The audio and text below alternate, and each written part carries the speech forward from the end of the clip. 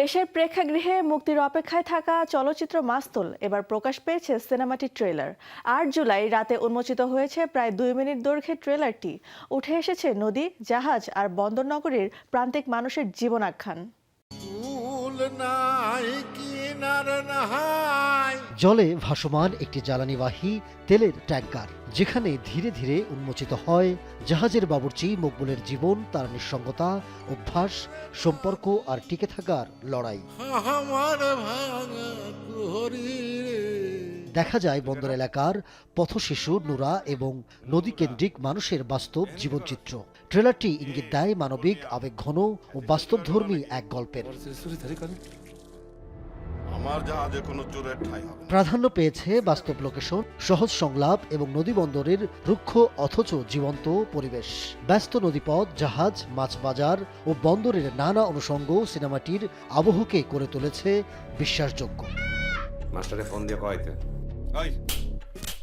এর আগে প্রকাশিত পোস্টারের মাধ্যমে শুরু হয়েছিল সিনেমাটির আনুষ্ঠানিক প্রচারণা। সেই ধারাবাহিকতায় প্রচারণার গান আমায় ভাসাইলি রে দর্শকদের প্রশংসা কুড়ানোর পর এবার ট্রেলার প্রকাশের মাধ্যমে মুক্তির উত্তেজনা যেন আরো বাড়িয়ে দিল মাস্তুল।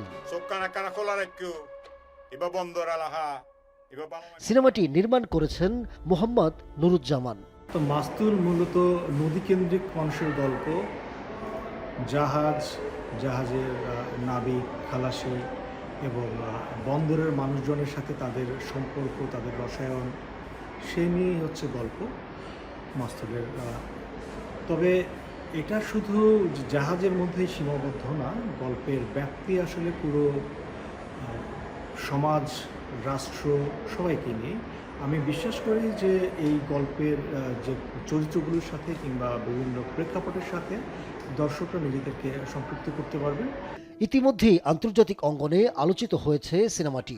নির্মাতার নিজ শহর নারায়ণগঞ্জ এবং দেশের অন্যতম ব্যস্ত নদীবন্দরকে কেন্দ্র করে নির্মিত মাস্তুলে অভিনয় করেছেন ফজলুর রহমান বাবু, দীপক সুমন, আমিনুর রহমান মুকুল, আরিফ হাসান, শিকদার মুকিদ, শাহজাহান শোভন, সিফাত বন্যা সহ অনেকে। 17 জুলাই প্রেক্ষাগৃহে মুক্তি পাচ্ছে মাস্তুল। Ahmed Taukir, showbiz tonight.